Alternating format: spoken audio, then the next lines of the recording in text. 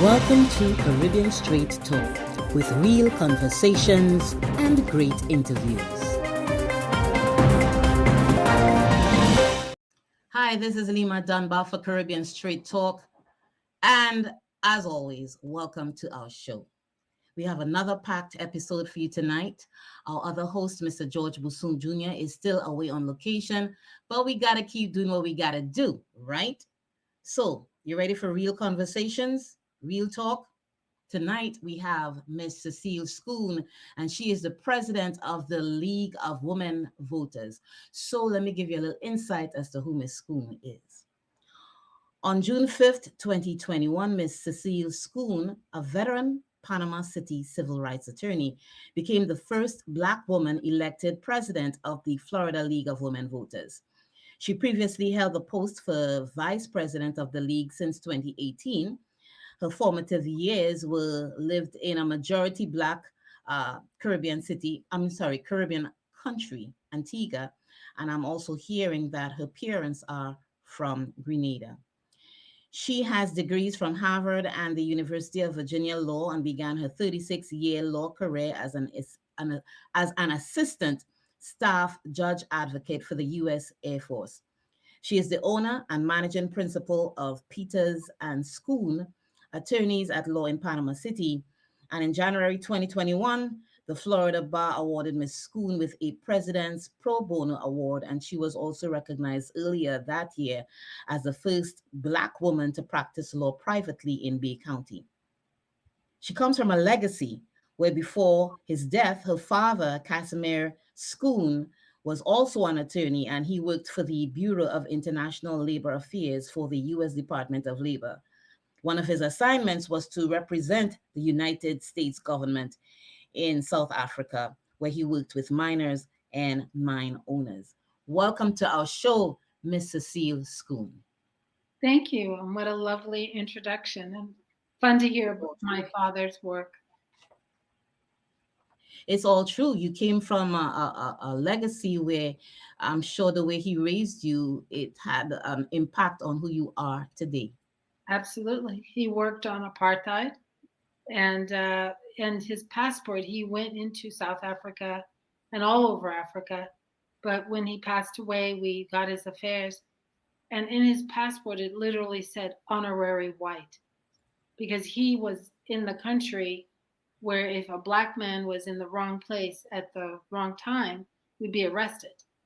But he had to have a special diplomat passport. Wow. Interesting. He would have been a really good one to interview on this show. God rest his soul. Yes.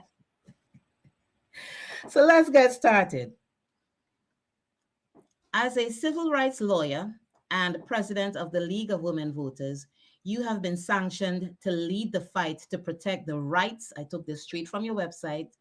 To lead the fight to protect the rights of those wronged at work due to their race, religion, age, disability, place of birth, or unwanted sexual advances. Have you seen since then, since you've become president, have you seen an increase in atrocities such as these over the years since you've become president? Well, I think I don't know that I've seen an increase in unfairness in the workplace. It's been pretty steady. I think the majority of people want to be fair, and there's another group of people that do things and treat people differently based on who they are, their packaging, I call it, and they're not aware of it. And I've had people literally cry on the stand or cry in depositions when they kind of get that consciousness. Oh, I thought I was joking. No, it's not a joke when you continually degrade and mistreat people. It's not a joke when you don't let them into the air conditioning, you have them working outside in the heat when all the white people are inside. That's not a joke. But I've had those kinds of cases. What has changed is the attitude of the judges and the rulings of the judges. There are more conservative judges in position of authority than there were when I started, and many of them create what you say we call it judge-made law. It's adding more difficulty to actually be able to win a case than the actual law requires. That is occurring. So they're using that judge's discretion, or I would call it indiscretion, to make Correct. their determinations. Yes, I'll give you an example.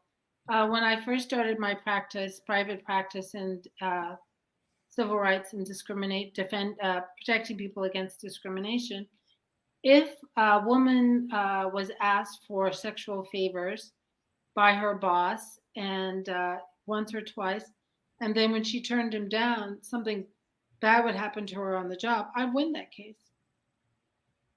And now there's an exception called stray remarks. So that one or two comments, no, that's not enough. It has to be like every day, which is not realistic. Same thing with race cases. If you are called a racial name the day you were fired, that used to be a pretty good case, right? They're saying out of their mouth, I don't like you, and you're getting this because of you, what you look like, you're black, and they use a derogatory word. Mhm. Now that's called a stray remark. I mean, Wow. it's pretty crazy. So it's kind of like in a gray area now where you got to actually highlight it to make it to win your case. Yes, it's multiple events, multiple um, name calling, multiple differences in treatment, pay, things like that. So Wow. it's gotten a little harder. I hope people start connecting that dot to when that the fact that they should vote, but I have that later on as another question. The League of Women Voters is a 101-year-old non-partisan political organization that is dedicated to encouraging informed and active participation in government. Why, in your estimation, did it take them all this time to have a woman of color as their president? Wow, that's a great question. Well, the 100 years is referring to the National League of Women Voters of US. Mhm. And we actually do have a Black president now, Dr. Deborah Turner, who is a friend of mine and does doing a great job. And I think about 20 years prior to that, there was a first Black woman president for the League of Women Voters of US. And her name is, I believe, Catherine Jefferson. Mhm. And she was the first Black for the nation. I Okay. am the first Black woman to be elected president of the state of Florida, and we have been in existence for about 75 years. So, why did it take so long? There are a lot of different answers to that. I think historically, it tended to be run, and participants tended to be people who are retired, older, or their family or husbands were working. They were at home and they were able to spend the time. For many women of color, that's not our lifestyle. We Mhm. got to get out there. We got to bring home the bacon. We got to work. We're raising kids. Many of us have multi generational families. As I had my father in my home when he became elderly after my mom passed, many of us have those responsibilities that sometimes the white members don't have them in quite the same way. So I think that's part of it. It does take time to read up on the cases and go to the meetings and prepare the forms and so on. So I think the time commitment and um, the people tend to welcome their friends. So if you play tennis at the yacht club or whatever, you're going to ask your like-minded friends, or if you teach, you're going to ask your like-minded friends. So the league is doing a much better job of acknowledging the gifts and the different perspectives that different communities bring, whether they be a racial minority community, a language minority community, a religious community. So we're doing a lot of outreach under my presidency, and it started before me, but it's certainly something I focused on to Mhm. bring in as many different types of people to assist us we can mentor them and they can mentor us. This is what's going on in my community, Mhm. and we can learn to better work with the different neighborhoods and so on if we have members from that community So informing. so it seems to me that the league is doing a better job of moving away from nepotism. Well, that's one way to put it. Yeah. The league, I think, is primarily our purpose is to reach out and help others. Mhm. So the word nepotism, usually you associate that with money and making money. We don't make money. We're volunteers. And so You're right. it's You're right. it's people that we know. Mhm. It can be a trap for any Mhm. organization. You tend to reach out to people that you feel comfortable with, and sometimes there's a lot of commonalities in the background. And we are just working to just get past reaching out only to those we feel comfortable with. Let's just Okay. bring everybody in. My next question: what challenges have you seen since the Republican Party took control of the Florida legislature? Because I know it's been a challenge, particularly with regards to some of those judges, those conservative judges that you mentioned earlier on, and Mhm. that clause, the stray what stray, yeah, Great remarks. stray remark. Right. How much of a challenge has it been? You picked up on that pretty well. Um, the league is nonpartisan. We work Mhm. with any party. We work with individuals. We don't select or elevate a party or an individual person who's running for office. Mhm. So we generally don't focus on the party of an individual. I would say that in the last 20 years, when there's been one party that's dominated the legislators and the governor's office and has had the impact and the ability to select judges, Mhm. we have seen more conservative laws coming forward. We've Mhm. seen more laws uh, making it more difficult for people to register to vote, and we're very concerned about those things. We speak against them when they're being proposed in the legislators, and sometimes we are successful in making a bad law a little better, and other times we have been forced to go to court and litigate. So we have seen a need to speak up for the citizens and their rights more over time. Okay. What restrictions on voting, as we're talking about voting, and this is the League of Women Voters, what restrictions on voting have been put in place in Florida, and how has the League been able to assist citizens with finding ways to circumvent or go around or something like that?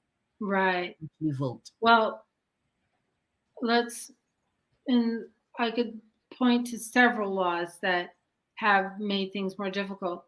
I'm sure you recall all the work that people did to get Amendment 4 passed, the restoration of voting rights Oh, for yeah. persons with felony convictions once they've completed their sentence. Well, after all that work and citizens initiative, a lot of people volunteering tremendous time, advocating, talking to strangers, going to libraries and different places to get petitions signed and educating people. Um, the legislators turned around less than 6 months later and put a legislative requirement on it that all the fines and fees had to be paid before someone could vote. Well, that's not what we think the amendment was meant to say. And we went to court and we won. We won, and the trial judge in federal court completely agreed with us. This was appealed to the 11th Circuit, and it was overturned. Our victory was overturned, and now uh, we have hundreds of thousands of people who don't have the financial resources to pay the fines. They also have a difficult time learning what the fines are because the records were never maintained very well. In other words, nobody really expected a person who got a felony to pay all their fines. because they often have a difficult time obtaining work. It's funny that you mentioned that. Actually, that was one of the questions that I had for later on. But we had Mr. Marquise McKenzie, who is a returning citizen, because they preferred that title than ex-felon, and we had him on sometime during February, where we Okay. spoke at length about that, because I was one of the many citizens that voted for Amendment 4. So it really wasn't nice to hear about that poll tax being added on. And I Exactly. understand why they did all of that. They recognized that you'd have these million plus returning citizens that most likely they may vote Democratic. So they try to put a stop to it. But and I understand all of that. But I don't want to beleaguer that right now, because I feel that maybe this is something that you guys can take a second look at, probably, later on. What do Mhm. you think? We are working on it right now. The league, when you mentioned the award I received from the Florida Bar, it was for writing to programs continuing legal education to Hmm. train lawyers so that they could look at the records and advise returning citizens what they needed to do to be able to register to vote. And then we trained them to go to court to modify the sentence if there's a Hmm. big fine, to take that off. Yes. So that's why I got the those awards. So the league is in the process of training lawyers so they can help returning citizens. And we Hmm. have a new program that we were assisted with funding from the Legal Defense Fund, the NAACP Legal Defense Fund. We will be sending postcards to persons to let them with returning citizens, many of whom do not know the law has changed. So we'll let them know, and then we'll put them in touch with trained lawyers so Hmm. that they can get answers to their questions about their eligibility to vote. Awesome. I like that. I like that. Well, Thank we're going to take a pause, or we're going to take a break, a short break, and we will return with Miss Cecile Schoon, president of the League of Women Voters. We'll be right back.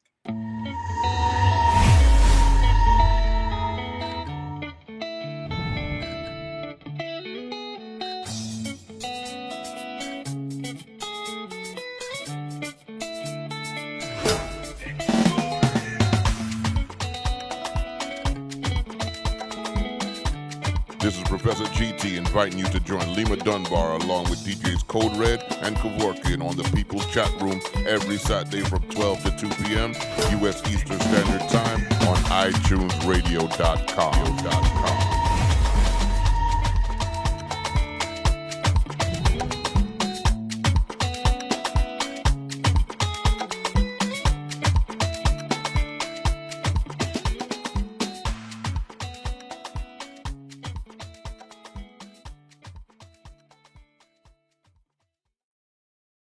Val Branch Duncan, realtor with North Star First Properties. Her name says it all, where V stands for valuable, A attentive, L for loyal.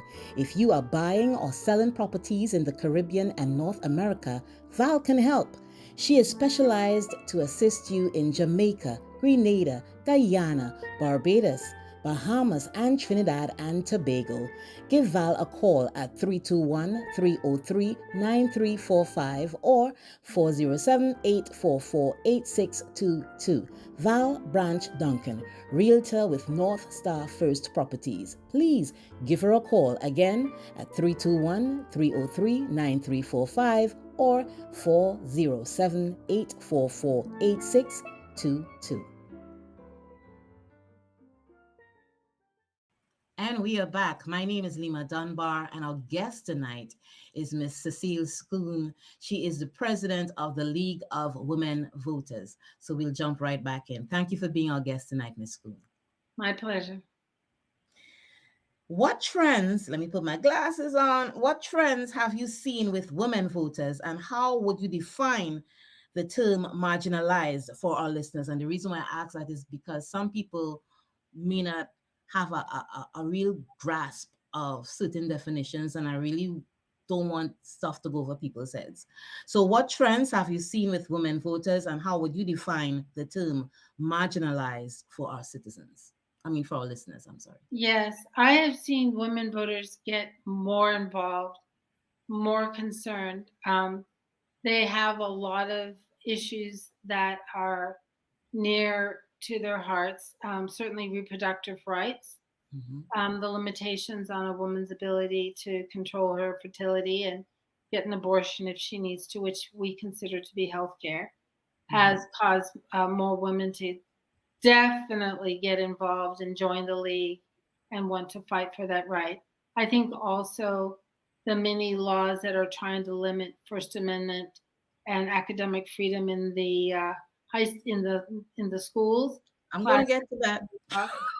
has, has gotten women, like, we tend to be the parents and the mothers and the teachers, and so we've also gotten um, more interest for those reasons. Can you define the term marginalized for our listeners so that way they have a good understanding anytime they hear that term, exactly what it means? Well, it usually is referring to people who have historically been pushed away from being involved in civic engagement, voting. Um, they've either been threatened over it in years past, like generations past, Black people were literally threatened if they wanted to vote. So they were marginalized. They were pushed away from the uh, voting process. Um, and women were also, for many years, not allowed to vote. It's only been 100 years. It's only So been 100 they were years. literally by law pushed away. So those are generally what we're referring to as marginalized. Because even though things have changed, there's old habits and there's still behavior that tracks the old laws that push people away. This next question is one that I've brought up with prior guests, and I think you are the real deal also with regards to responding to this question. Why do you think it's difficult for voters to connect the importance of voting to their daily lives? Because they can't seem to connect the dots. They're always in survival mode, not recognizing that, you know what, we got to vote. I agree with you. I think people don't fully understand how their vote impacts everything in their lives. I've had voter registration drives at Early Childhood Services, which provides, a healthy start and education. And I would see young parents coming in looking so good and proud, and they're beautiful little children. And they would bring them in the center, and I'd say, "Oh, ma'am, sir, have you registered to vote?" "Oh, that doesn't matter." And I said, "May I speak with you for a moment?" I said, "Do you like this facility?" "Oh, I love it. My kid's getting a great education." I said, "Well, people that you vote for decided to create this organization and are subsidizing it. Other taxpayer dollars are going to lower the costs. If you're paying $200 a week, really the value is $600 a week, but it's being subsidized by taxpayers. And that was determined by congressmen. And they were, "Oh my goodness, let me register to vote." When you bring it to them in a way they can understand, that did change much of their behavior. Awesome. But a lot of times people just think the status quo is there until it's removed. And then they go, "Oh, a vote brought that here." Yes, a vote did. And a vote can take it away. I like that. I like that. Let me keep going. Women of color are not monolithic in their voting habits. So, what trends have you seen over the past 10 years, relatively? And more importantly, since you've been president and VP, because you were VP in 2018, since you've been VP and president of the LWV? I think that I've seen a lot of Black women who want to not be stereotyped.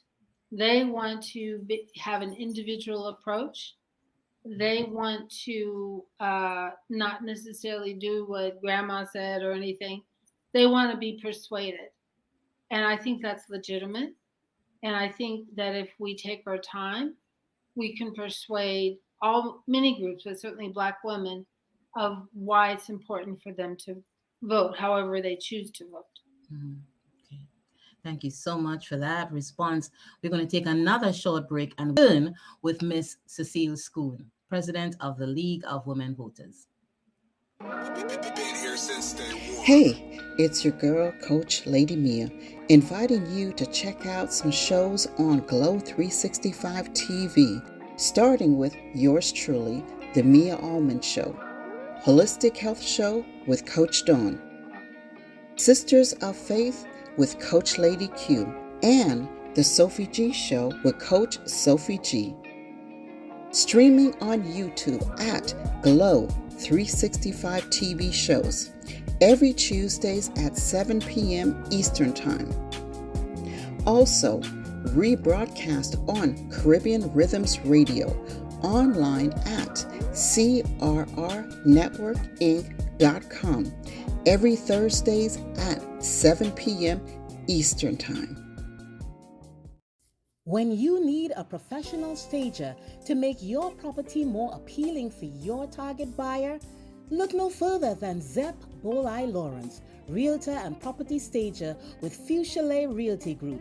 Give her a call at 321-689-3467 or email her at zepbl9@gmail.com. Zep Bolai Lawrence, Realtor and Property Stager with Fuchsia Realty Group. Give her a call, 321-689-3467.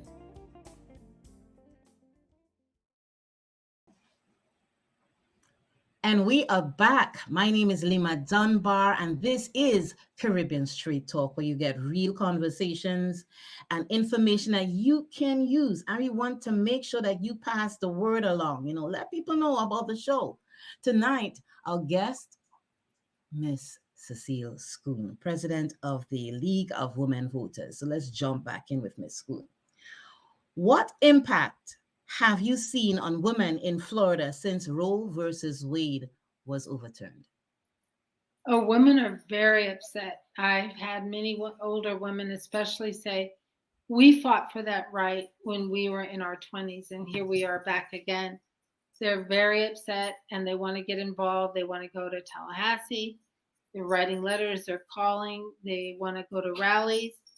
And if they are volunteering to be arrested, if that's what it takes.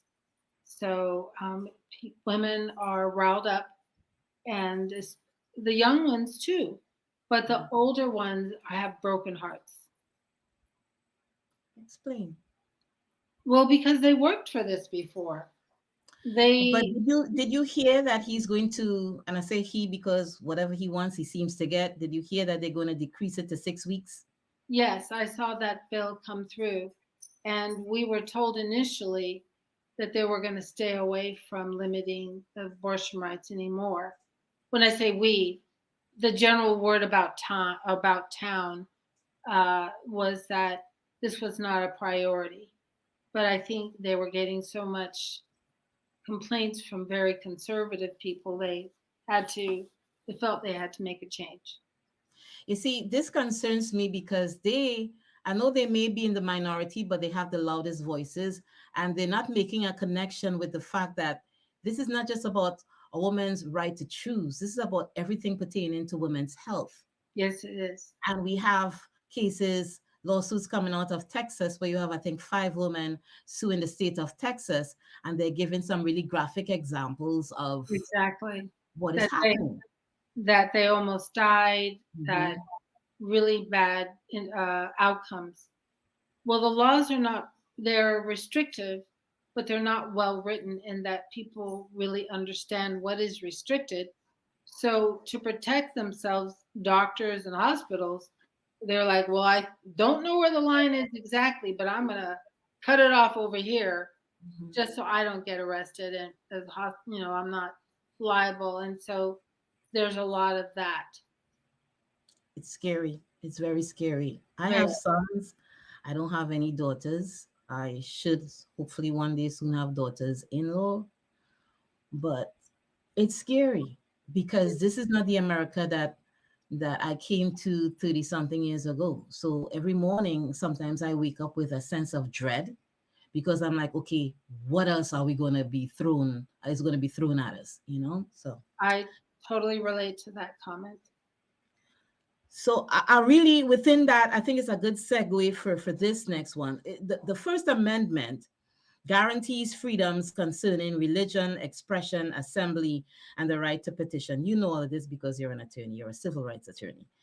There's a new bill overhauling Florida universities to match DeSantis's vision for higher education that would shift power at state schools into the hands of the Republican leaders, political appointees, and ban gender studies. So this is not about politics per se, as it is about, because I know you guys are a partisan organization, but banning gender studies as a field of study. And let's look at the 4 young people that got arrested from, I think was University, Florida State University. No, not Florida State, was a university down in South Florida.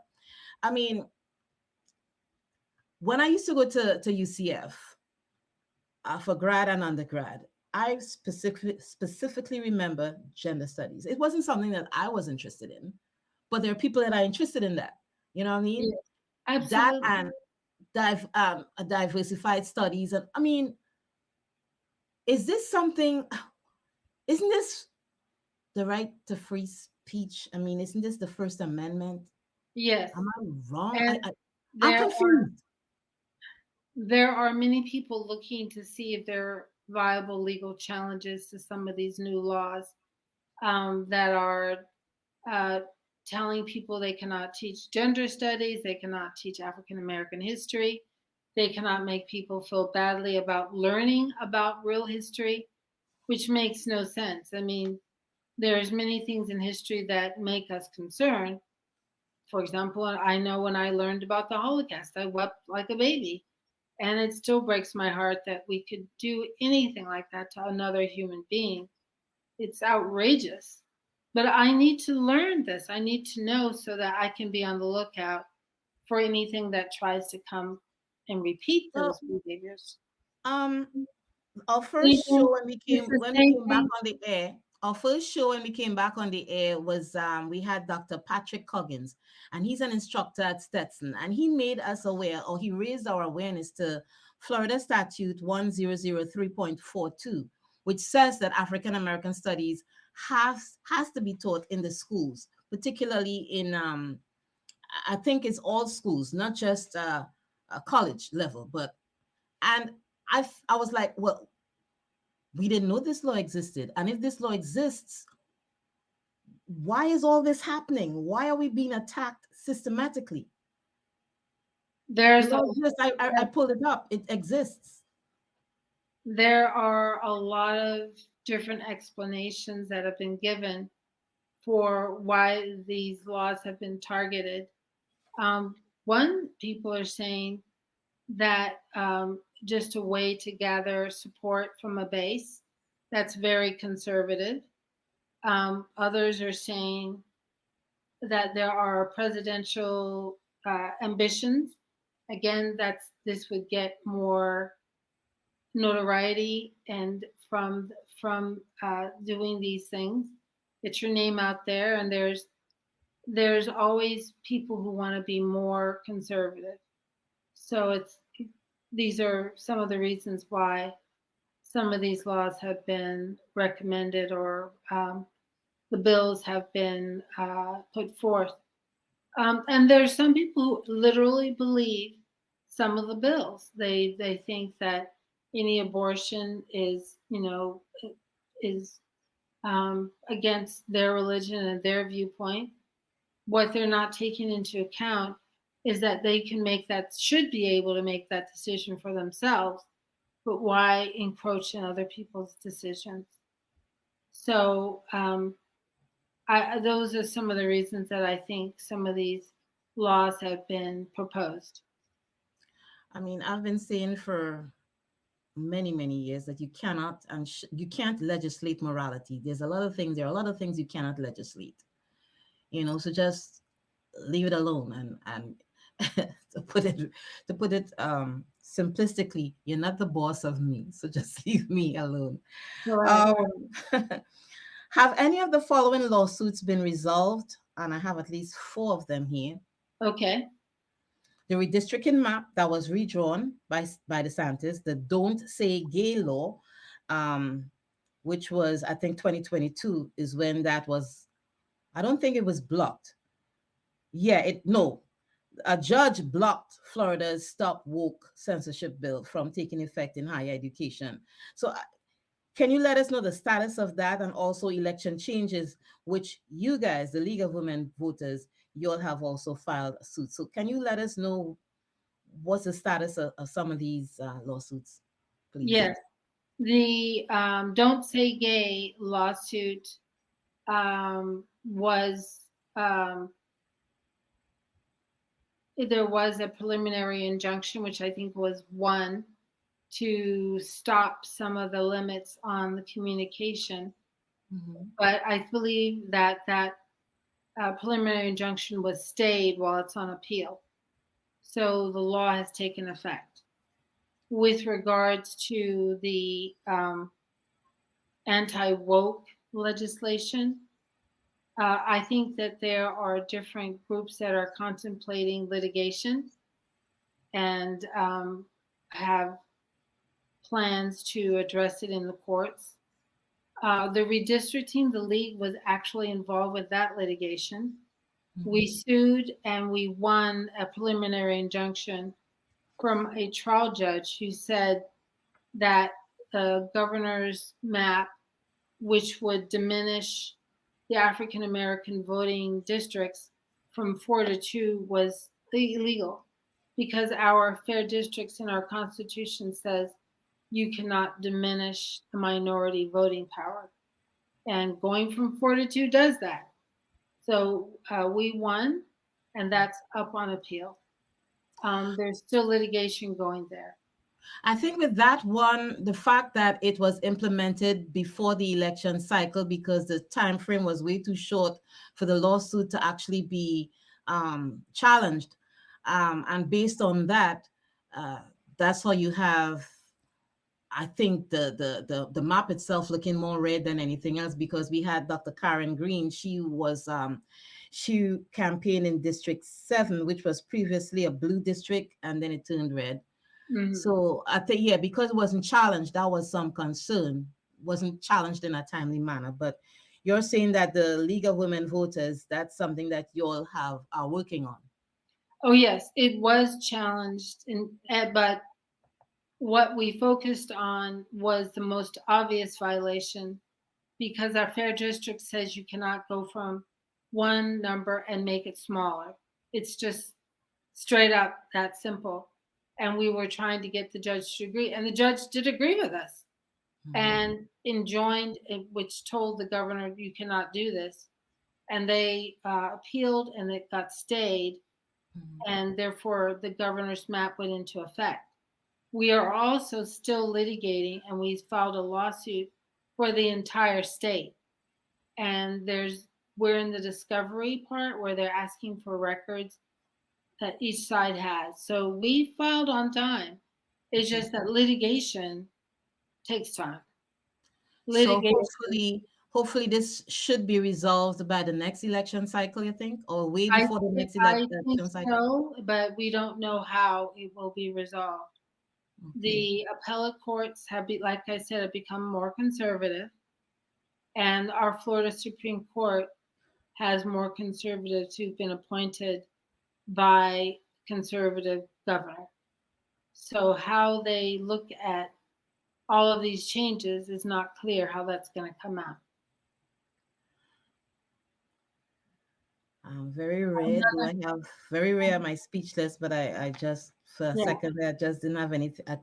There's nothing. Well, it's back to what you said earlier. Another very powerful example of it does matter when you vote.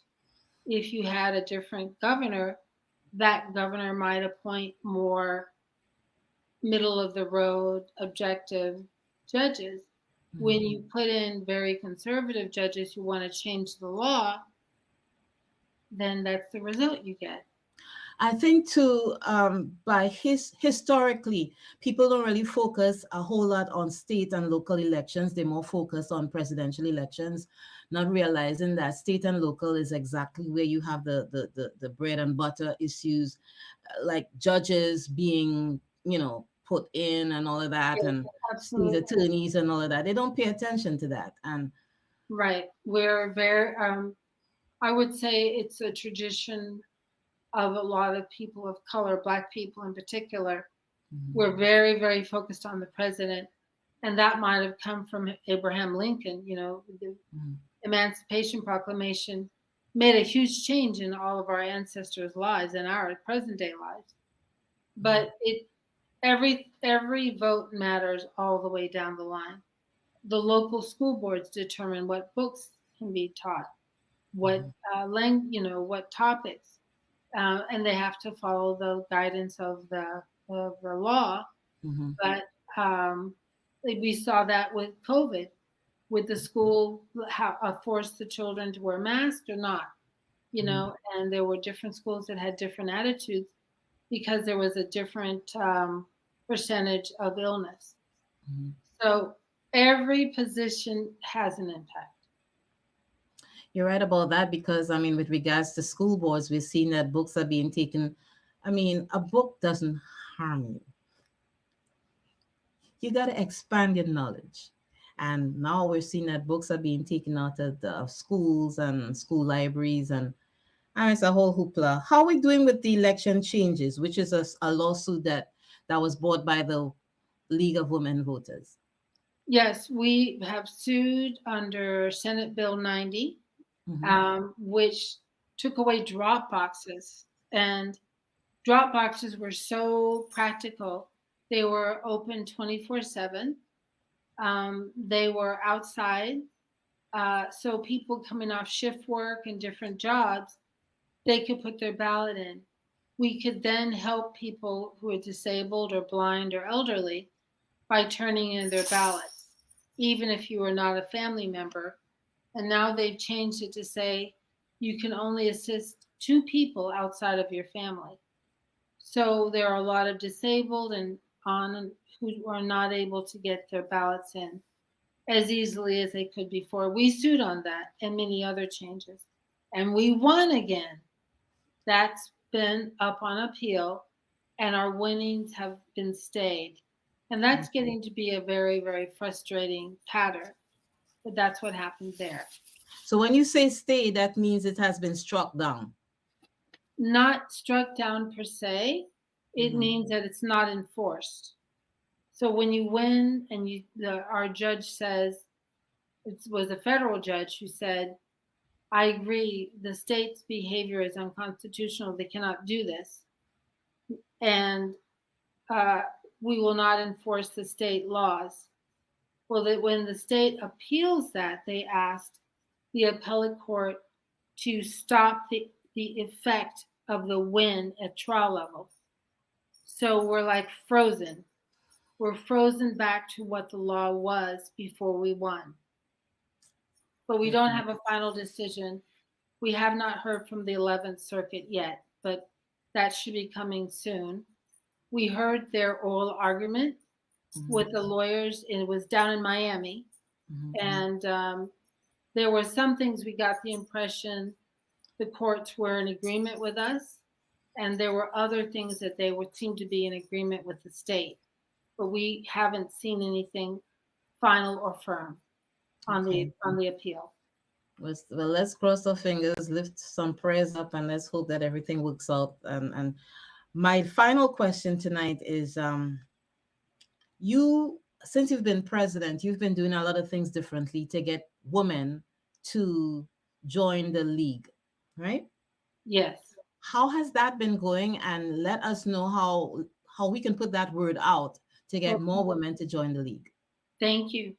Well, we actually take all people, men and women. My husband is a member, and so it's not just women, but we enjoy the legacy of being an organization primarily led by women, focused on many issues that women really care about.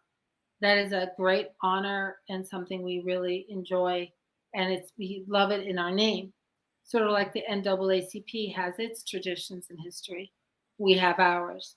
That doesn't mean others cannot join us, but we want to maintain our identity. With regards to what we're doing to increase membership, we are doing more outreach events in the community. When I travel to see my leagues, we have 29 leagues, and I try to get around to see them. I ask my local league presidents, please have an event with minority groups that I can meet them and talk with them directly. I happen to be a sorority sister. I'm AKA Alpha Kappa Alpha sorority, and many people understand that, and my sorority does. And the Divine Nine, which are the other African American, historically African American sororities and fraternities. So we've been invited to do more talks with them.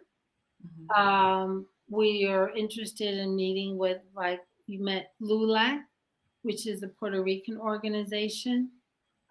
We've spoken with a Caribbean organization, a radio show, and such as yours. And so we just want to do what we can to do outreach. We want to do outreach to all communities. So as I travel about, that's one of the things that I've done. I've asked my leagues, and I've visited 21 of our 29 leagues. I said, now please have a tea or an event where we can just meet and people can just let me know how the league can help.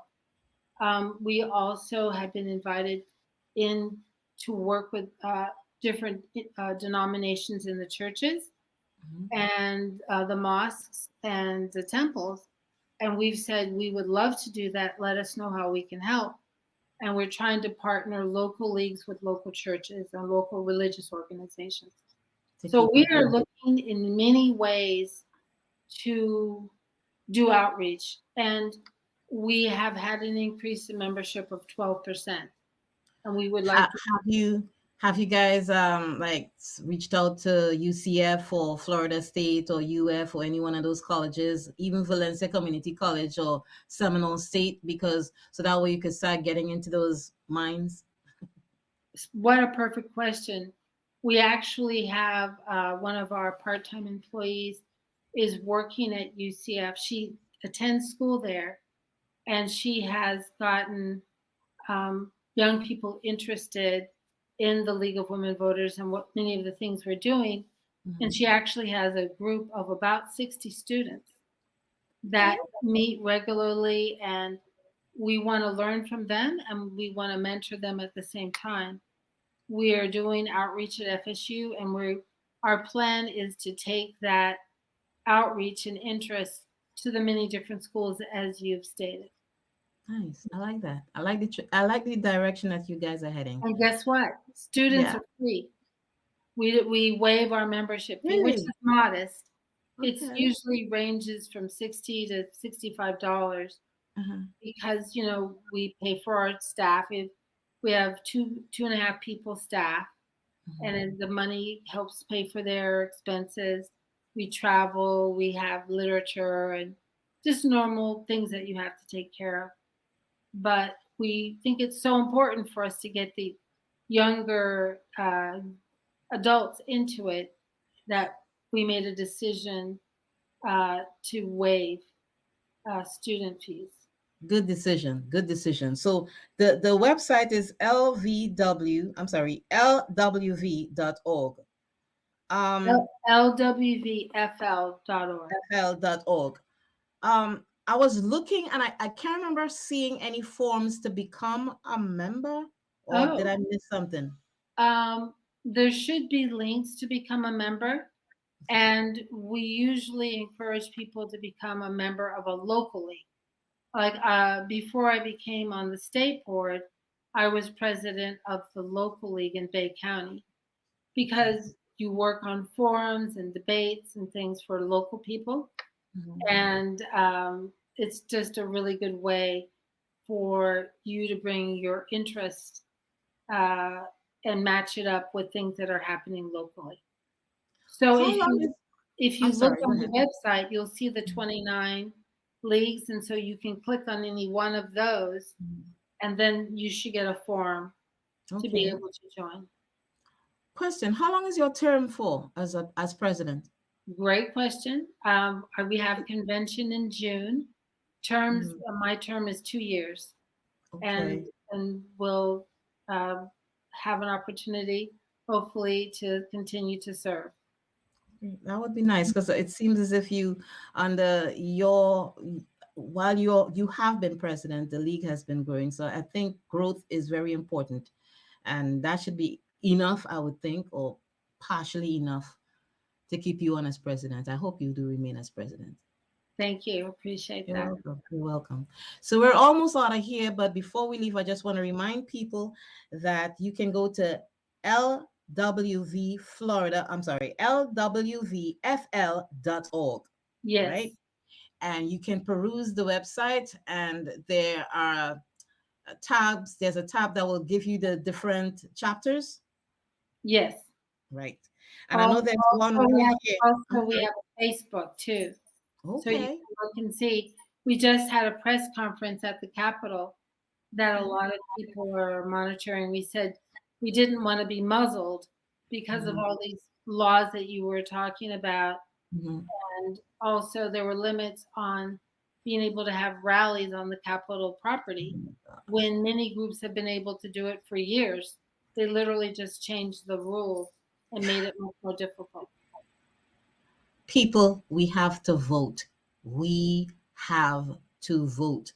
Connect the dots to your style of life or your lifestyle. America has always been one where there are freedoms, freedom of speech, freedom to protest, freedom for all sorts of stuff. And all of a sudden, in the state of Florida, that is being taken away from us. Well, I shouldn't even say slowly, quickly. We've got to vote. The presidential election is important, but state and local is where the meat is. That's a pool of fish that actually look out for us. Absolutely. Okay. Thank you. So, Ms. Schoon, thank you for being a guest on our show, Caribbean Straight Talk. We encourage you to return anytime you feel like, so we Okay. can have some more conversations. Thank you again so much. Thank And I you. want to say thanks to your aide, Blake Sumlin, because he was the one that made it happen. Okay. Okay. I'll let him know. Thank you. I rely on him heavily also. Thank you so much. You take care, all right? All right. Have a good evening. Have a good evening to you too. Thank you for tuning in to Caribbean Straight Talk this evening. We had an inspirational guest, I should say, as from one woman to the next, Ms. Cecile Schoon. She is president of the League of Women Voters. Please vote, y'all. Please vote. Connect the dots. Y'all have a blessed one. My name is Lima.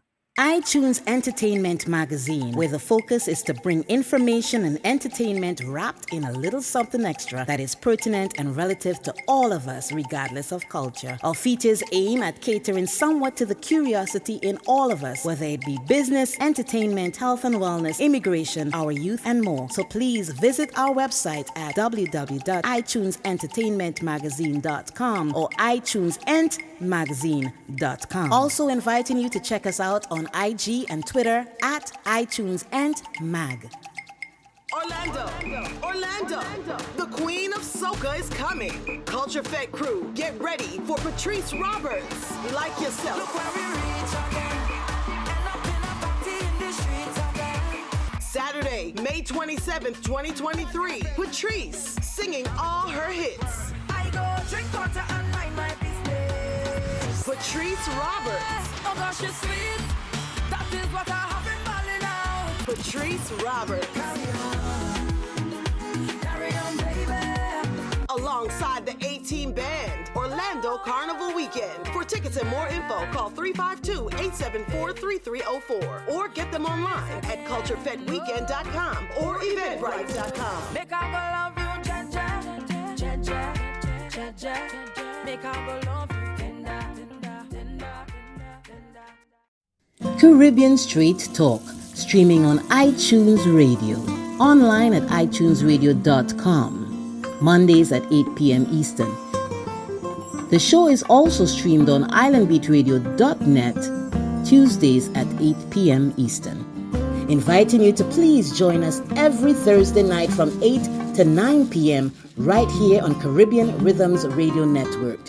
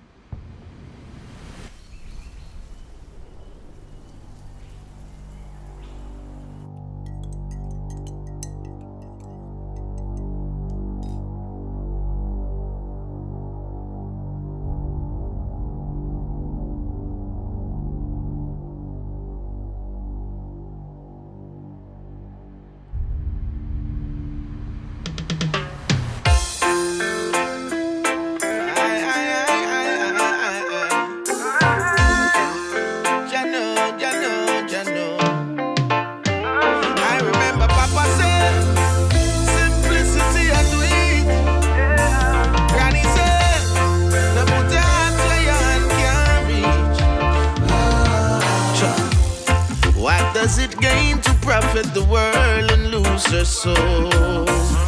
Cause when it's her time, the riches won't go on. What is unseen, it should not be told. Not everything that glitter is gold.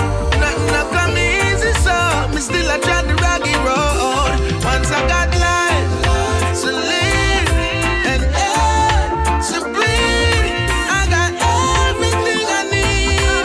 With everything in me, long as there's love to give and someone to receive, I got everything I need. Everything I need. Got to step away and free yourself. In times of need, I will be your help. Worshipping material that now go lost. When you get tired of it, you place it on the shelf. Your health should be your wealth. Look in the mirror, how you see yourself. With all the money in the world right now, can't bring me happiness. Once I got life to live and air to breathe, I got everything I need. With everything in me, long as there's love to give and someone to receive, I got everything I need.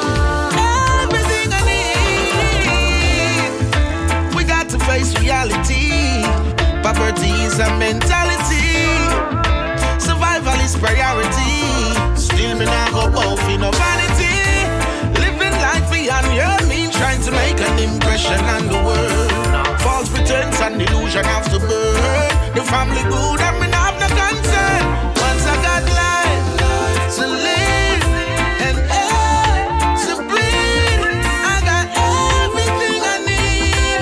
With everything in me, long as there's love to give and someone to receive, I got everything I need.